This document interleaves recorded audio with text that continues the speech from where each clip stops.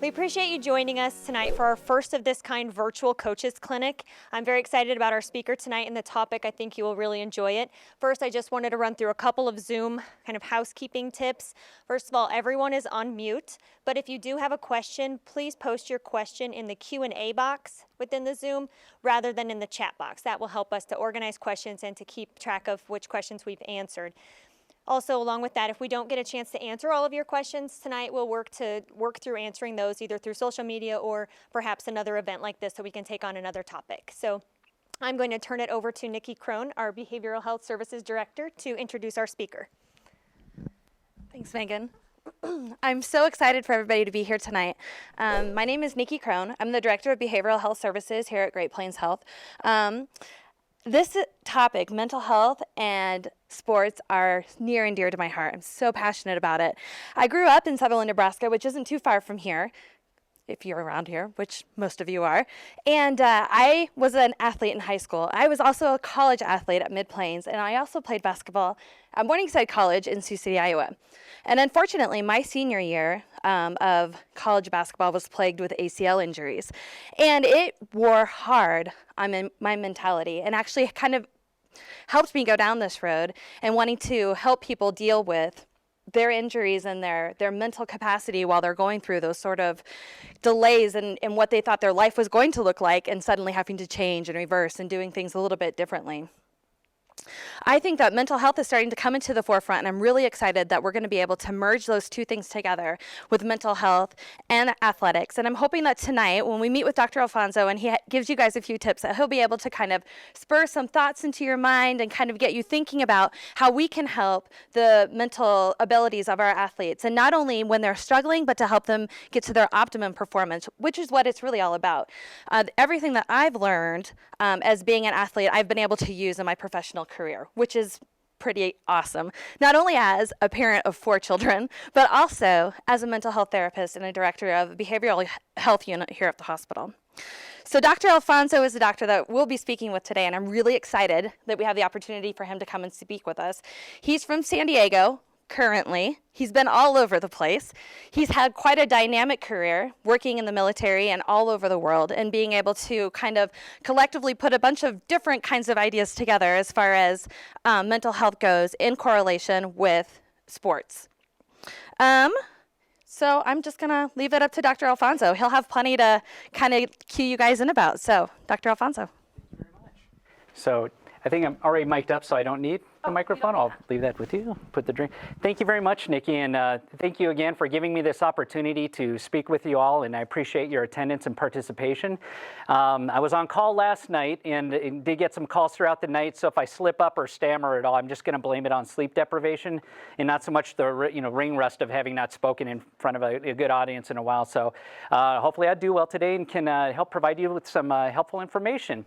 So again, my name's Dr. Alfonzo. I'm a psychiatrist. I'm triple board certified, and that is in psychiatry, brain injury medicine, and addiction medicine.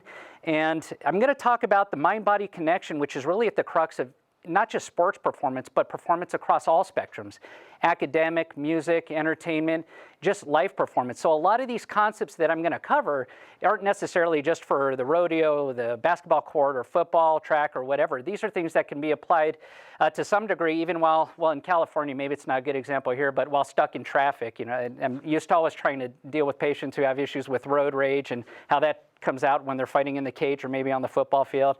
So I'm trying to give some information that's going to cover a broad topic. And again, when I talk about mind-body connection, to fit that into an hour, and I don't intend to talk for the full hour, that's quite a challenge in itself. It's kind of like saying here, talk about philosophy or religion or psychiatry.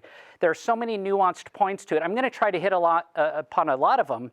And if I don't go into too much depth or enough depth on any of those, then I would encourage people to please follow up on this session and send suggestions for future sessions, because it'd be my hope if we could turn these coaches clinics into like a regular thing, like a workshop phenomenon, we can go into more detail and get more practicality out of the subjects rather than just an awareness of them.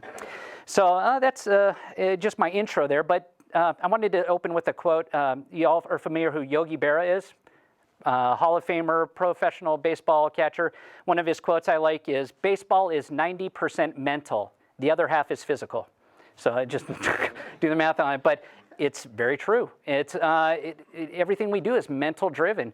From my background growing up, just like Nikki said, I grew up in a sports environment. That was my outlet. I suffered middle child syndrome with an older brother and younger sister trying to fight for attention. And whereas my other siblings were more into the contact sports, I think that's what drove me to lacrosse, football, wrestling, what have you, fight sports.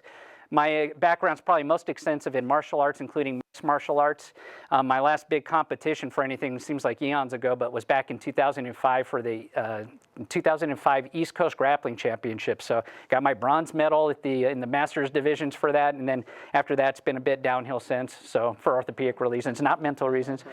But growing up in sports and especially influenced by cinema, I somehow balanced my academics and sports involvement with a lot of TV time. So I'm a winner when it comes to like pop trivia contests and movie quotes and things like that. But I remember watching Rocky, and a movie like that always inspired me, to see somebody so beat down and bad, but just mentally to keep going, never stopping going forward.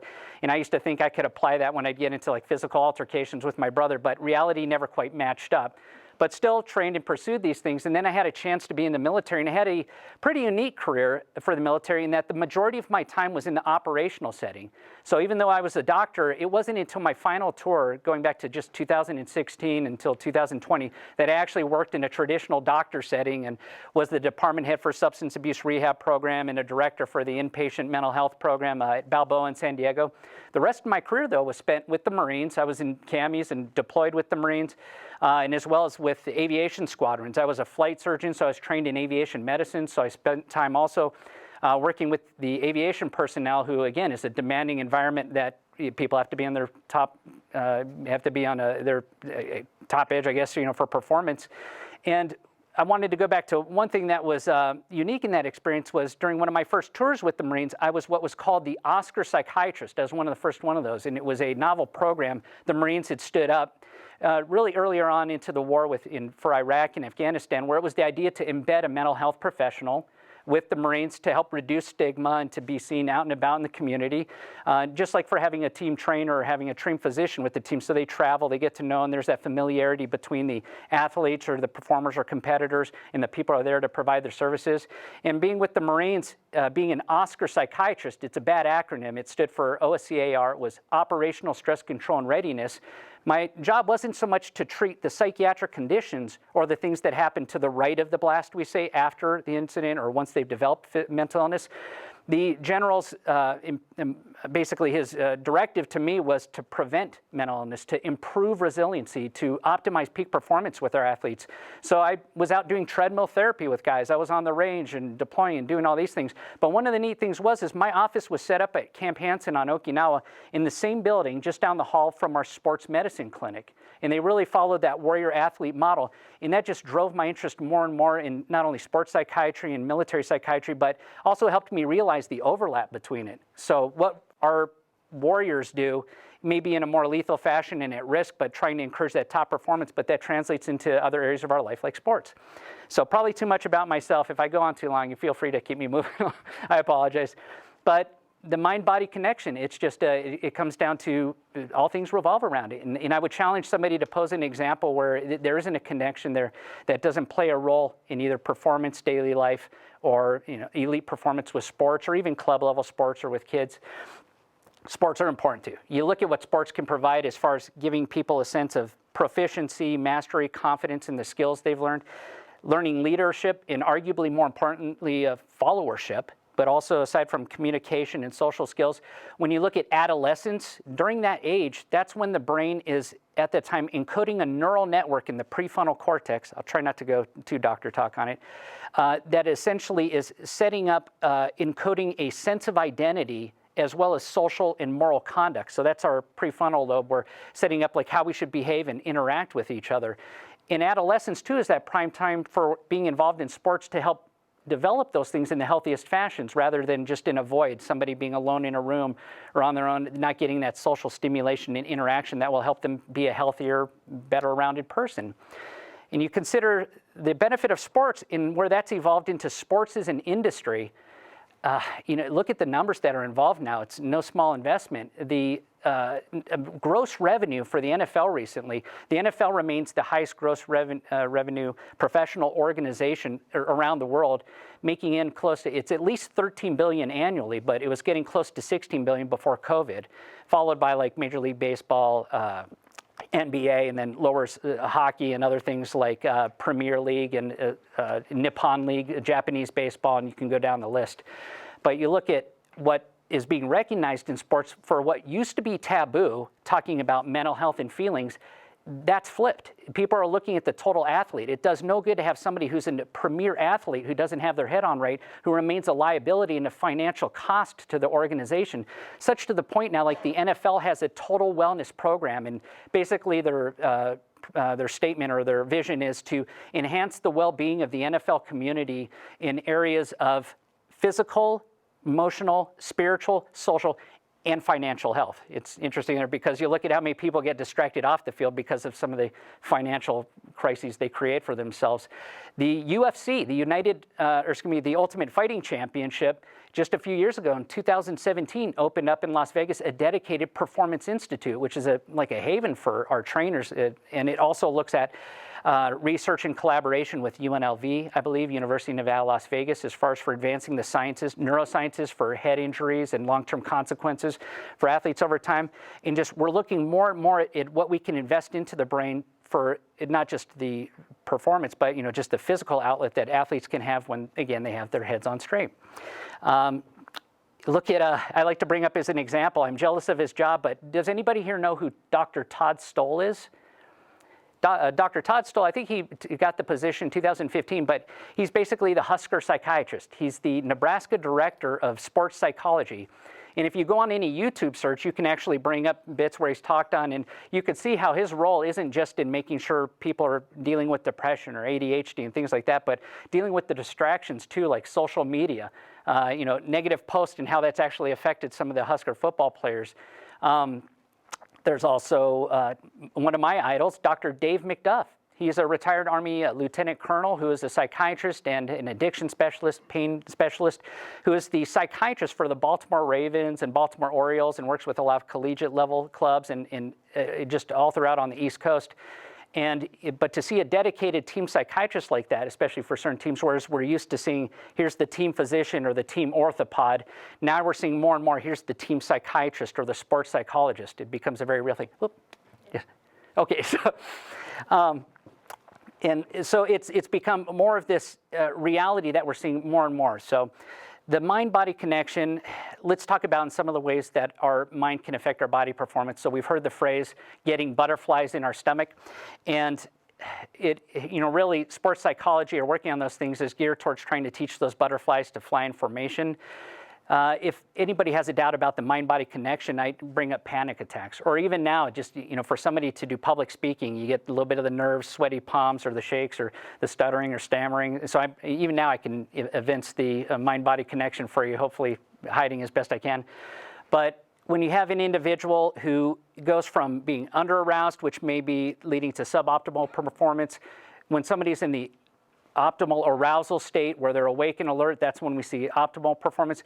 You can reach the point where then they hit the anxiety level or hyperarousal, which then again leads to that decline in performance. So as much as people may train and practice, you consider theyese body cam footage you see of police on TV or athletes who may choke in the situation, who these are star athletes, but then when overwhelmed by anxiety or they're over-aroused, you can see that decline of their performance. Again, it's just that underlying, it just speaks to the presence of that mind-body connection. Whereas when somebody has those things in check and if properly trained and prepared and can handle those situations, they can lead to situations where it's the opposite of choking, where they end up in the zone. Like when you see that golfer who just has that amazing day, and pardon me for taking a swig, who just can't seem to hit a bad shot, or the person who in an NBA game is just hitting every free throw, hitting every three-pointer. It seems like Stephen Curry is always in the zone, depending on the circumstance. It's an amazing phenomenon, and that's almost addictive to a lot of elite performers where they try to get back into that zone. So when we go beyond the anxiety and how it can affect you, we get down into the realm of, okay, well, what can we do to protect against these things? And I want to make sure I hit all my points. I'm sorry if I'm cheating here, because I had so much I wanted to share. So to optimize, what individuals can do so that their mind-body connection is something that's working for them and not against them, let's talk about right living. So this is I'll put up kind of like a hand hint. This is maybe a future topic we can go into more detail on, because these are long topics in and of themselves. But right living is a way to describe somebody who has right diet, right sleep habits. We talk about dental hygiene. Well, there's really, like with dental hygiene, there's sleep hygiene. Having the right practices that will optimize not only the amount of sleep we get, but the quality of sleep we get. People who are smoking cigarettes, drinking too much alcohol or caffeine, that can affect the quality of their sleep. So even though they sleep 10 hours, they may not be getting recharging sleep. We say that a lot with students, and staying up, having an all-nighter may not equate to better test performance. There's that old adage of, well-rested, better tested. Aside from sleep and diet, we talk about life balance as well. If somebody's coming into a circumstance or going into a competition and they're dealing with their parents' divorce or a relational loss or breakup, all these other things that can be distractions in their life, that's not setting them up to perform to their best capacity. Much like overtraining can lead to bad effects upon how somebody does. We have to have that life balance where it's not only training hard, competing hard, but also having time to recover and regroup and prepare for like the next big contest. The other negative things that we may see can affect, I mentioned some of them, like with the distractions with social media, parties, life in general. So when we try to get past these things, it's like, well, there's going to be a challenge just because of what peer pressure and life in general may bring into the picture, to include another topic that we could go on in length about, like substances. So this is a whole talk in itself, and I'm sorry to do kind of these like simple summaries of it, but just consider nicotine, alcohol, illicit substances, caffeine. I see this a lot with doctors not asking about that. I see patients that are referred to me for severe anxiety, and they'll ask about alcohol, tobacco, illicit drugs, but you don't see caffeine checked as much, and until you encounter that person who's drinking 3 energy drinks a day, and it's like, wow, maybe fixing that can not only affect their sleep, because they're walking around chronically sleep deprived, even though they get 8 hours of sleep, they're not getting 8 hours of quality sleep, and plus it's being a stimulant, it adds to that anxiety as well. I'm sure you all know too, is when you introduce nicotine vaping, that affects pulmonary capacity. Alcohol can have effects even when it's not in our systems. We did studies in aviation psychiatry or aerospace medicine looking at people who had a pattern of drinking. They would binge drink maybe once a week or a couple of times a month. And even though the alcohol was out of their system, we can measure the cognitive decline days later. And for somebody flying a tactical jet, where they're going 400 miles per hour, they can't afford that millisecond delay. So again, the healthier somebody can be and the more we can move along from getting them away from substances, the better. Medications as well. We could talk at length about performance enhancing drugs. People who, that goes beyond just the drugs and maybe the negative consequences, but also looking at why are they competing or why are they cheating to compete in that way. That's a whole other topic in itself. The circumstances, going back to distractions again, even now here, this is something that's kind of novel for me because of the COVID circumstance, having sort of this artificial setting and doing this more by telezoom. I think one of the reasons I took this talk was a chance for me to have an excuse that I could be in public without a mask on. So, and if I put on the mask, people would probably accuse me of this being a dubbed event, and then I would look like an excellent speaker if I could have pre-recorded it. But mental illness, physical illness, moving beyond just the symptoms, but to actual conditions. Psychological conditions affect physical conditions and vice versa. We see all the time the phenomenon of post-myocardial depression. Has anybody heard of that? Where it's basically somebody developing depression on a par with a primary disorder after having a heart attack, even though there was no personal past history or family history of that. They may have a heart attack and then they develop that depression to it, whether it's due to the event or it's because of a biological level. Hard to say, or maybe a better example, postpartum depression, biological factors due to the hormonal changes in the body, as well as the psychological, social factors due with maybe new motherhood or family stressors. And then you look at the other side of it, where psychological conditions causing medical effects. We look at how individuals who were diagnosed with depression, they have studies on this, when they were discharged compared to the population that did not have diagnosed depression. Well, those with depression had increased risk for infection later on, and as well as having a complicated wound healing. And so individuals that were depressed or suffering significant anxiety had less positive wound healing rates compared to those that were in a healthier state of mind.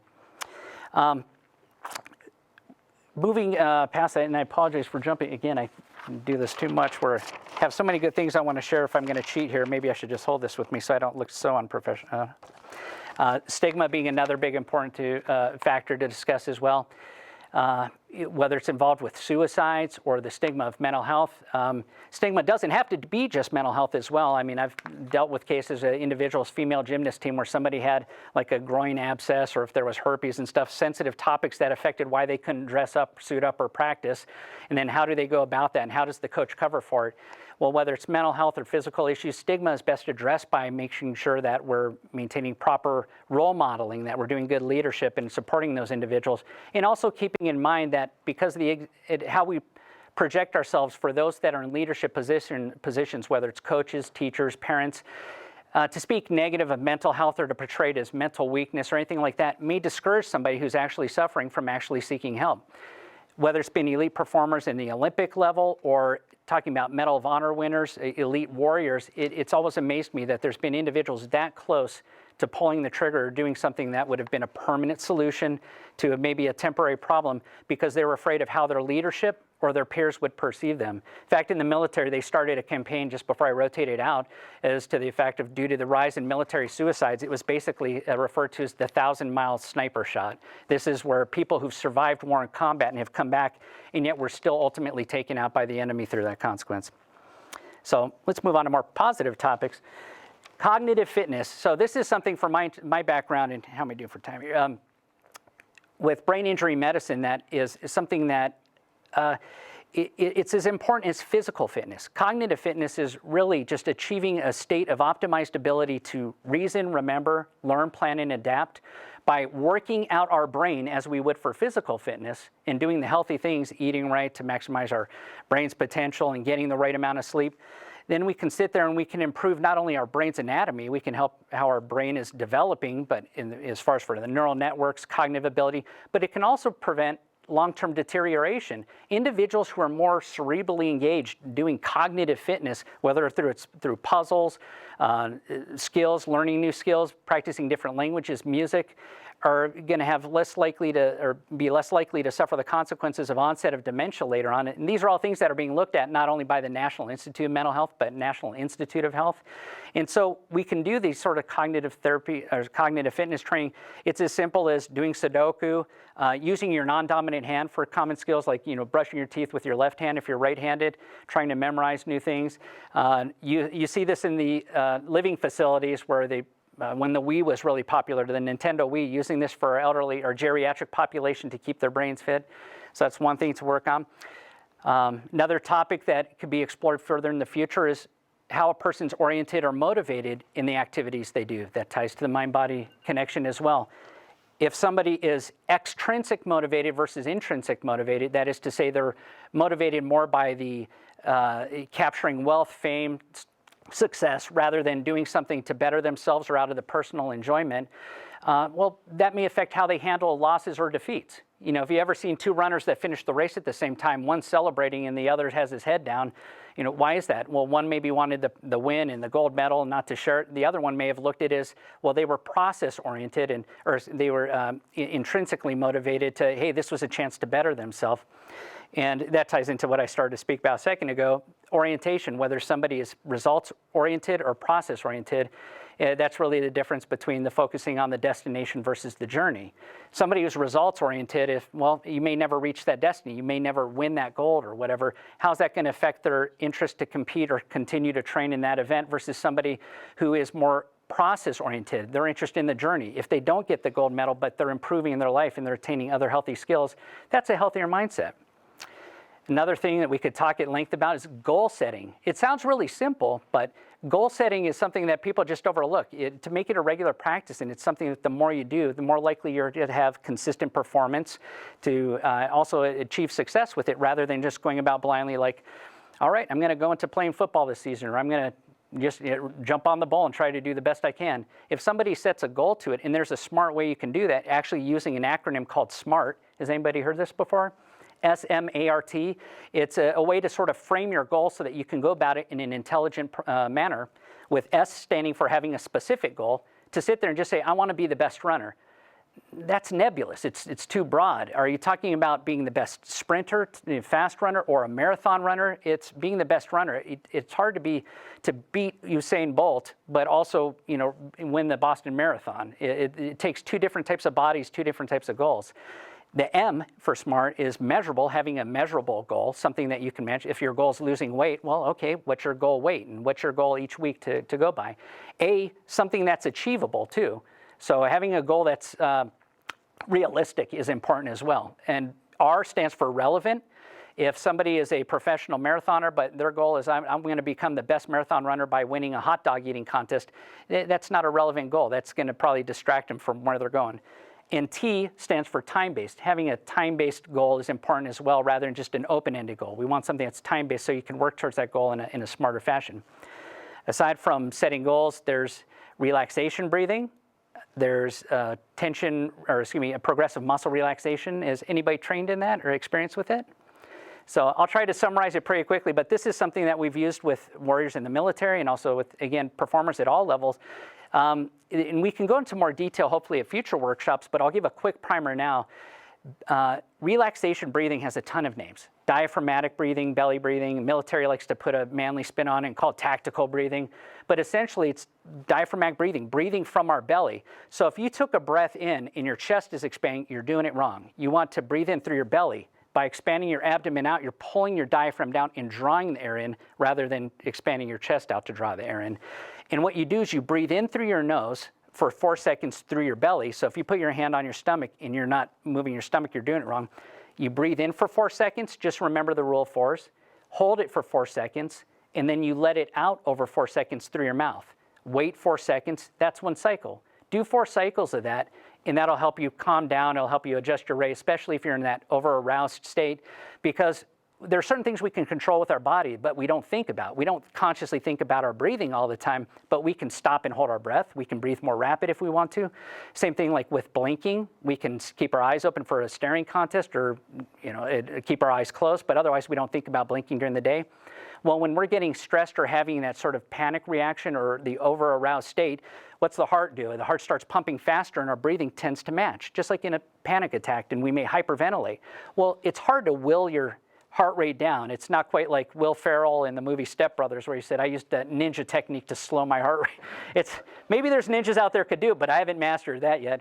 But we can slow our breathing down to the point where it almost forces the heart to slow down in time. So if we can go from that hyperventilated state to controlled breathing, we can bring it down. And the more we have our breathing and our heart rate in sync, the more we can calm down and perform in a more functional manner. You see athletes practice this so they can do it on those prep routines between rounds, between golf shots, between rounds of fights. Tito Ortiz, I think I remember hearing that this is somebody who goes from 180 heart rate, in a minute, and then between rounds he would be able to drop his heart rate back down to 60. You'd see a lot of fighters training this. So how am I doing for time? Okay.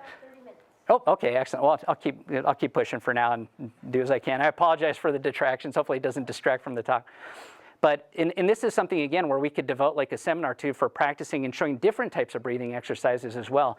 The more somebody practices this, the more your brain gets conditioned to it, to the point where when you start doing that breath and relaxing your shoulders and dropping down, your brain's going, oh, he's doing that calm down thing, and the brain will start slowing the heart rate automatically. It becomes a subconscious sort of programmed or a conditioned response. I could have sworn I saw Eli Manning doing this back when he had his Super Bowl appearance with the Giants, where you see him walking up to the line for the first offensive series. And this was back in 2007. And as he's going up, you can see doing kind of that breath, it looks like a nervous breath. Or look at the gymnast in the Olympics. You can see this being practiced actively when they're on the balance beam, where sometimes you just see it as that big pronounced breath, but if it's being practiced in this fashion, it can have an immediate result. So in between the tumbling routines or the moves, it's affording them that sort of calm down state so they're not shaky, which will affect coordination and balance. Progressive muscle relaxation, that's a longer talk, but it's a great skill to teach. I'd like to share that sometime. There's also biofeedback, which is also helpful for preparing somebody for competition and also recovering and relaxation. And you can find commercial things out there, like HeartMath is a company out of San Francisco that makes a device that can hook onto the earlobe or to the finger, and it measures heart rate variability. And they have instructions how to do it. You don't have to be really formally trained or go through it with a sports psychologist. Or again, this is something that's come out of practical application for psychology, but now it's being used for optimized performance, not just to treat people with anxiety disorders, but to help them avoid those circumstances. And you'd find sets, I think it's like $150 or $170, and it hooks up to an app on your phone. I've actually used that in preparing for board certification exams, and my daughter, who's all into the sports psychiatry stuff, has basically stolen my stuff from me, and she's used it now, and I think she's used it for test prep and for getting ready for swims, and you'll see it with the little device on the ear, and it sends the signal, and it guides your breathing so you can work on these relaxation techniques. Visualization, positive imagery, are you guys familiar with this?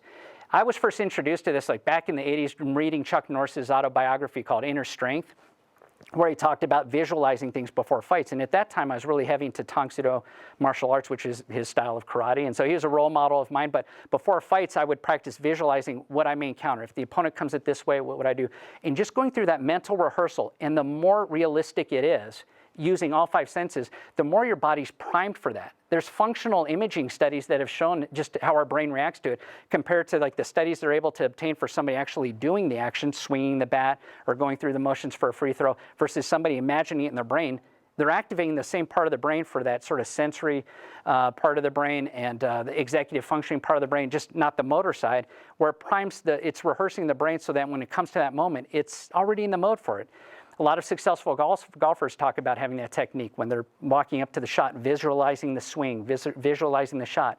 And there's an art form to it as well. If somebody's trying to visualize the shot and they're distracted by the water hazard, they could actually work against them. So we have to teach visualization in a way so that they're looking at the hole in the shot and minimizing the other things. Has anybody here ever seen the movie The Legend of Bagger Vance? It's like, I love that. That's a phenomenon of like somebody in the zone that's portrayed well in a cinematic way when you see him stepping up and the crowd disappears and he just kind of sees the shot and how it'll happen. It's a great cinematic portrayal of people who can actually achieve that in life. But it's a skill that takes practice again. Other things that we can talk about, further topics as well, are the prep routines. Whether it's talking about the prep routine we do coming up to the days of the event, adjusting to time zones, or what we're doing before we actually get to the competition, those final days before an actual rodeo or a gymnastics tournament, wrestling tournament, whatever you have, or a music performance, compared to what's done on the day of the event. There's prep routines that can be individualized or set up so that you're setting your athletes or your team up for success on the bus ride to the event. Having everybody do meditation and over-relaxing for the event may have them getting off the bus and going into the event in an under-aroused state, so that's not ideal, but you have to find that right balance that works for that team and that group of personalities. There's also the pregame warm-up. You see this on, before every NFL game or NBA game. And I mean, just part of LeBron James, have him going out and doing the throwing the chalk in the air, or seeing the teams doing their huddle and getting the chant, putting them in that sort of war mode, the pre-warm-up routine. And there's prep routines for, again, between the points, between rounds, between shots, prep routines walking up to the free throw line. These are all things that can be worked on with athletes or performers to, again, optimize performance. There's also another topic of practice versus rehearsal.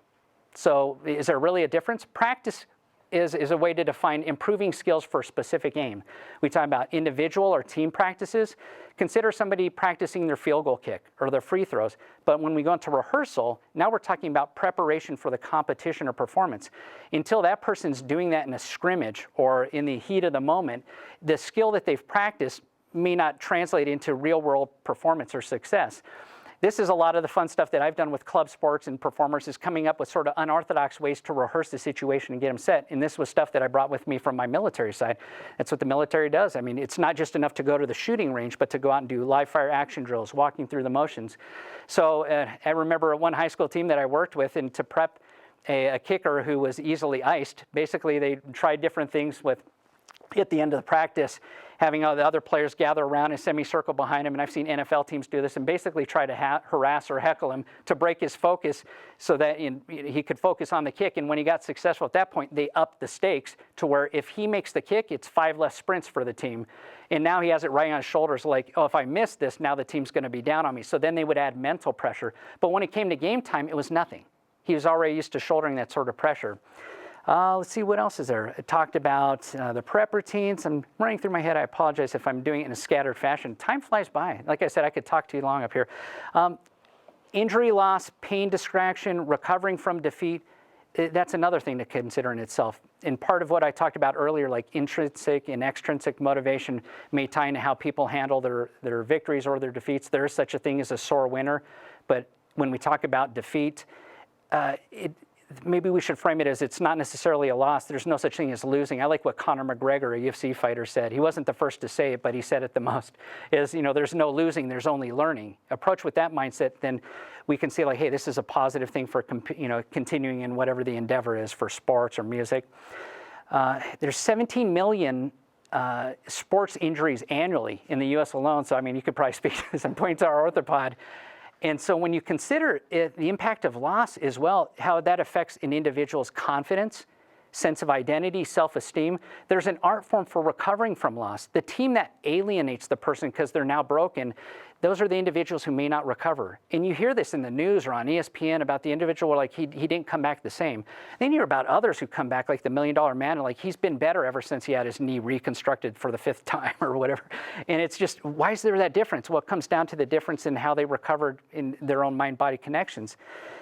Individuals who use positive self-talk, imagery, relaxation techniques, who go through recovery from their injuries in gradual stages, working first on cardio return, then skills return, and then eventually back to weight-bearing return. These are things more into your realm for the athletic trainer, where these are all stages that can be moderate to long to see how that person's mental status is too, and are they ready for that next stage so that they come back not only as well as before, but maybe stronger, because during that time that they're injured, that's also an opportunity for the individual to pick up other sort of skills or learn more about their position, or just because they have that little bit extra time, or study the game from outside of it. They're no longer at the chessboard, they're an observer, so they can learn more maybe than when they were always under the pressures, the starting quarterback. Now maybe being sidelined, they can see what the coach is doing and understand the game better. Having a team that provides that social support is important too. Keeping the athlete as close to the front as possible, involved in the actions, helping out in uniform, jersey on, or being part of the support for the team. This is all important, not only for the team, but continuing that sort of sense of included identity for the individual, so they feel wanted and are optimistic about their return. There's a talk we could go on just about the importance of good fanship. We talk about sportsmanship. I don't know if that's a word, if I just sort of pulled that out, but fanship, what we could do as far as for the coaches, the trainers, leaders on the team, the team leaders themselves, and also for parents, what we can do as fanship is to encourage, especially for adolescents at this stage who are involved in sports, but this also goes for adult athletes or competitors as well. There's an art to fanship where having, you hear of the stereotypes of hockey dads or soccer moms and how they create a toxic environment for kids who are out there to have fun. And it really sullies the whole experience and may drive somebody away from sports, or somebody who's harangued by their parent when they're going home. You could have done this, why didn't you do that play? That only adds to the person's anxiety. So when we do more outreach like that, and sometimes it's the people who are in the trenches, whether it's the athletic trainers or pointing that out to the coaches and offering it in a way that they may be receptive to it, reminding coaches that, hey, they can be an advocate for the people that they're coaching, for their students or for their athletes, that, hey, they can help, whether speaking with the parents or reminding parents how to be good fans. It's win-win for everybody. Plus, good fanship not only leads to a sense of identity for the individual as an athlete, but also as a team, for the school, and for the community. I'm always blown away, like my family doesn't understand this in California, but when I explain, like, it's just always a phenomenon to me when you come out here. It's just Husker everywhere. You just see the N everywhere. You see it at the Fat Dogs drugstore, and trying to explain how Husker Stadium becomes, was it the 2nd or 3rd largest city on game day for, just that sort of sense of community or rally around the team. That's a novel experience. And you see that in other areas with fans, but look how that translates for the team, even if the team perhaps isn't doing well. How else could we get Scott Frost to come from UCF to, back to Nebraska to be trained and work with the program to establish it again? He's invested in the community beyond any sort of financial drive. So I've covered a lot of topics on it. I'll be able to provide some resources. There's a few books that I really like that I'd recommend, and they're not necessarily sports psychiatry books or sports psychology books, but some other good books as well. In doing it in this sort of manner, in this pseudo TED Talk way where I don't have slides to cheat off and things, it just brings me back to a couple other points that I wanted to hit if we had time. I was looking at just today, this morning when I got up, on the Skip and Shannon Undisputed show, Shannon Sharp and Skip were discussing for 5 minutes who was making the most per post on Instagram, Odell Beckham Jr., and this was the topic for like 5 to 7 minutes, and I was like, this is a sports show, but this is where sports have come to at that elite level, where there's nutritionists, dietitians, PR teams, agents, managers, strength and conditioning coaches, team physicians, and you have these social media teams now where I looked it up, and Odell Beckham Jr. is making $58,699 per sponsored post. But then I read a little further into it, and that's nothing. LeBron James gets $300,820 per post, and he's not the highest paid one. You know who the highest paid per Instagram post is for Instagram? Cristiano Ronaldo. Over 200 million followers on it. He makes $975,000 per Instagram post, and just the other year made $47.8 million just in sponsored posts on Instagram. That's, I mean, to sit there and hold a Powerade or whatever he's doing for the post, it just baffles, my mind, but that's the level it's at. But again, we go back to those intrinsic factors. You see the rise of the athlete starts as the person who wants to succeed, get on the varsity team, maybe be the captain, reach college level, and then they reach ultimate success. Eventually, the pressure may come from, well, geez, if I don't perform well in this, or if I don't become the team SAC leader, that may affect my ability to maneuver for free agency, or it may affect sponsorships. When those extrinsic factors start to outweigh the intrinsic motivating factors, you can see how it affects performance. And that can happen all the way down to like Pop Warner or Little League level, where you see individuals where, man, if I don't get a home run this game, Dad's not going to take me to Chuck E. Cheese or out to whatever it is. And people are distracted more from the circumstance and really just trying to have fun with it. So I've gone on a bit. Maybe before questions, I'll throw out a couple of things to look into. Mind-body connection has reached the point where the scientific stuff, I would offer or advise people, go onto YouTube or Google and look up synaptic strobe training goggles. This is the type of, how scientific and advanced we're becoming with improving mental health and performance in these competitive levels or these environments. It's spelled SENAPTEC. And the first time I was, saw this in a sports sense was because we used this at concussion care clinics, or helping veterans recover from traumatic brain injury. This was something we used to help them recover with balance issues and coordination. And then I saw Henry Cejudo, a gold medal wrestling champion, Olympic champion, who was a 2-division champion in the UFC, using it in one of their vlogs, using it to improve hand-eye coordination. And then I looked into it more, and you're seeing how college-level athletes and beyond are using technology like this. So it's something neat to look into. So if you're wary of like how real a mind-body connection is or where we're at in the technology, that's something to look into. Resource books I recommend. Again, the person I mentioned earlier, Dave McDuff, the sports psychiatrist for the Ravens and Orioles. He has a book called Sports Psychiatry, and it's, I'm trying to remember, it's Sports Psychiatry, Strategies for Life Balance and Peak Performance. An excellent book that's not only intended for those in the mental health field, but trainers, coaches, athletes themselves. It has a lot of practical tools in it. I also like Shane Murphy's book. He's a well-known and widely recognized sports psychologist who has a book called the Sports Psych Handbook. Easy to remember. And there's also books like by Kay Porter called The Mental Athlete. And then again, not in the sports psych realm, but a book that I've enjoyed that it can be applied to life lessons. There's a book called The Resiliency Advantage. Again, promoting resiliency is going to help translate into not only life success and sports success, but just overall improved health and welfare. It's a book by Al Siebert, Siebert. It's a great book. So, and are you guys familiar with what resiliency is? I use the term loosely and sometimes may take for granted. Some people may not be quite sure what it is. Resiliency isn't just the ability to survive, but thrive. It's basically the obstacle is the way, finding comfort in discomfort. So, yeah, again, I maybe had too much of an energy drink myself this afternoon. I could keep going. How much did I really short us for questions? Or, yeah. But no, we'll get to that. I'll see what I can answer here. My question is, how hard is it to change someone from being intrinsically motivated to extrinsically motivated? And again, that's an excellent question. And just so everybody is aware, it's how hard is it, or how are we able to change somebody from being extrinsically motivated to intrinsically motivated? It comes down to the individual, because there's no catch-all formula or recipe for every circumstance.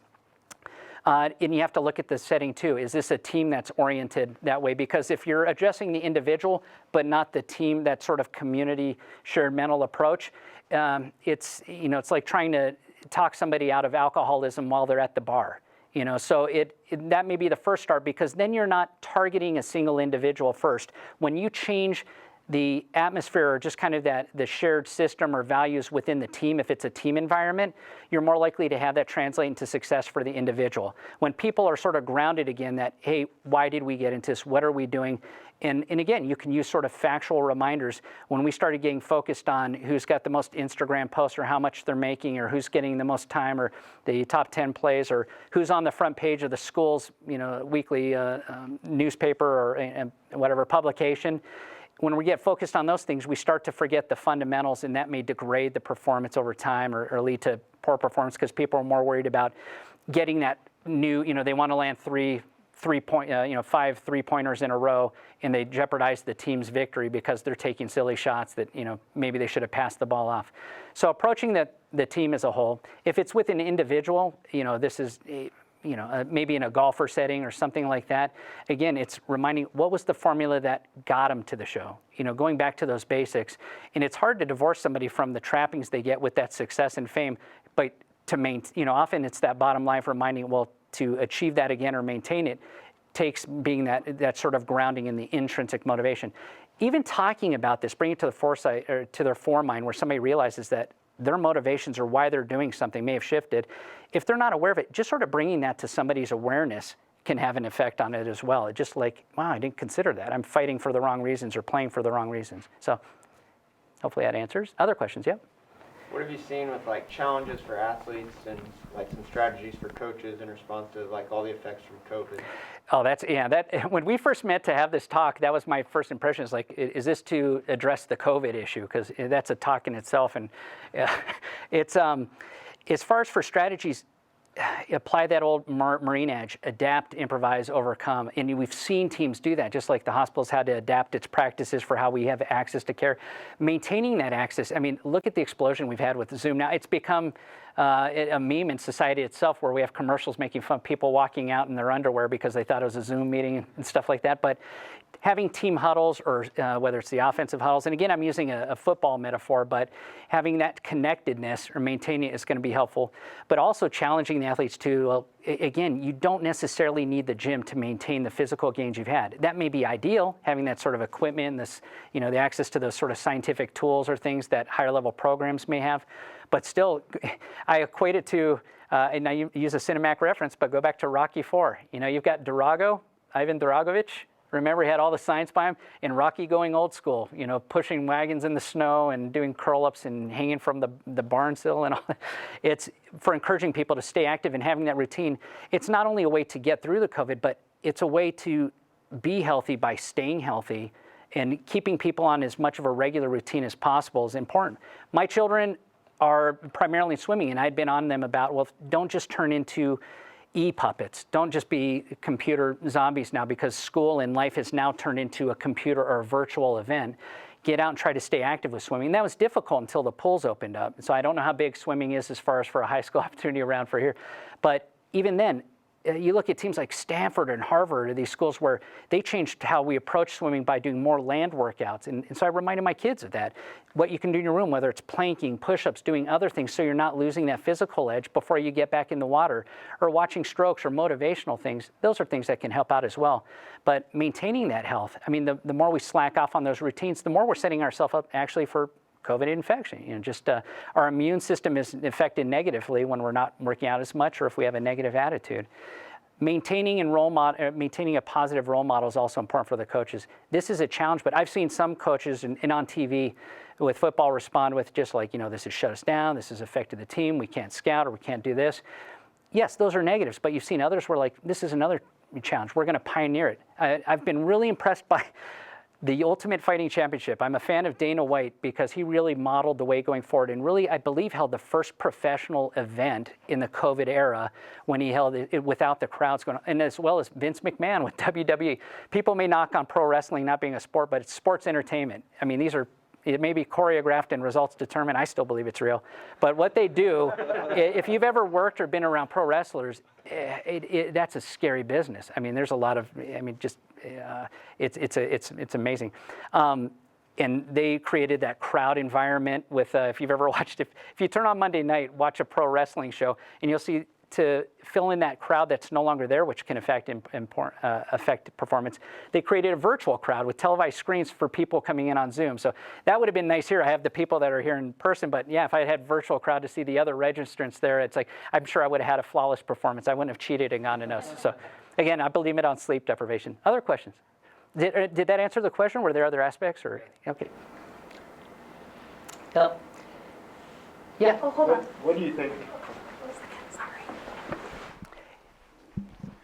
What do you think is the easiest thing that a high school could implement to change the way that they treat their athletes? That's an excellent question, and yeah, that's really into the philosophical realm. But yeah, I'll try to stake a claim in it from the sports psychiatry side, because that's a social question, a community question as well. Is portraying sports in the right light, especially at that age.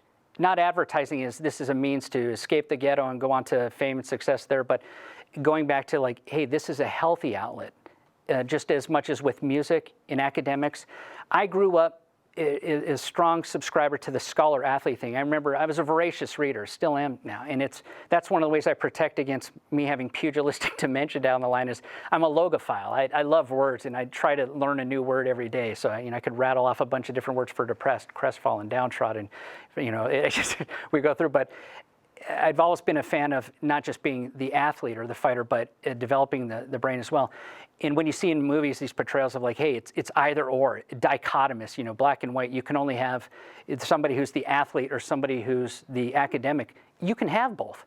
Look at Christian McCaffrey for the Panthers, a Stanford grad. I mean, just amazing career. And you look at him for being on these, the academic, the collegiate academic, I'm blanking on the phrase while I'm on the spot, but putting equal importance not just on social development, intellectual development, but health development. And it doesn't necessarily have to be through sports, but at least through physical engagement. Not everybody's out to be an athlete.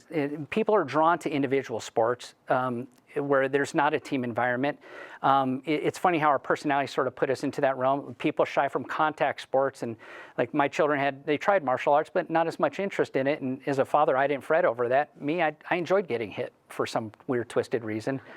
But putting that equal importance on it, and when teachers do that, and again, reminding students, that's going to translate into academic success. If somebody's healthy outside of the class and they're using up that extra energy, that's going to translate into better performance in the class.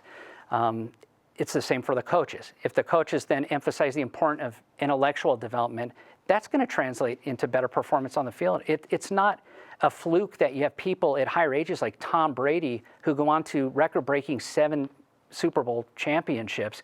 It's because of his game IQ. This is somebody who studies and knows the sports as well as best as I've been privy to. Again, you don't have to be just that physically skilled person with those God-granted skills and intangibles.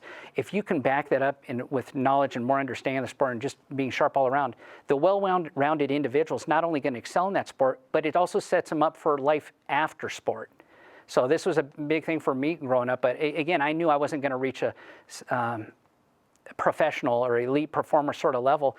But all of those experiences, the challenges I had with working with teammates I didn't like or challenging coaches have translated into things that have helped me in austere environments or more challenging situations. So making it fun and reminding that, hey, it's equal importance upon all those things is probably the message. If I had more time to think about the question, I'd probably have something that would sound more fluent and intelligent, but that's a great question for me on the spot. And yeah, that's my knee-jerk response, so hopefully that covers. So, all right, I think we hit the end of our allotted time. I apologize if I denied anybody a chance to go into further questions because I went on too much. Like I said, if we were to run out of, if I was to finish early and we didn't have any questions, I was sure I was going to be able to fill it with some interesting anecdotes and hopefully not put anybody to sleep. So hopefully this was a good experience and educational for everybody. And again, I apologize if it was kind of done in a ramshot fashion where we're just doing the superficial discussion of all those topics. But I would implore you, if there's anything you heard about would like to go into more detail on, and we can go into detail on those things, whether it's practical exercises, breathing exercises, how to do proper goal setting. These are things that are done that have seminars on them. And again, just to remind the performance, I'll put a plug in for an event I won't be able to go to, but this year in Lincoln, the Nebraska Coaches Association and the National High School Athletic Coaches Association, the NHS-ACA, are holding a multi-sports clinic in July in Nebraska. The keynote speaker, do you know what they're talking about? It's not like diet, new weight training techniques, or team things. The keynote speaker is Brian Knight, a guy who's worked with Urban Meyer when he was at OSU. It's on discipline. And discipline doesn't come down to a physical attribute. It comes down to that mental attribute again, or mental practice that translates into that mind-body connection success. So I think we have to wrap up time. I don't know if we get charged for the minutes we go over. I apologize. So thank you very much for everybody attending. So thank you.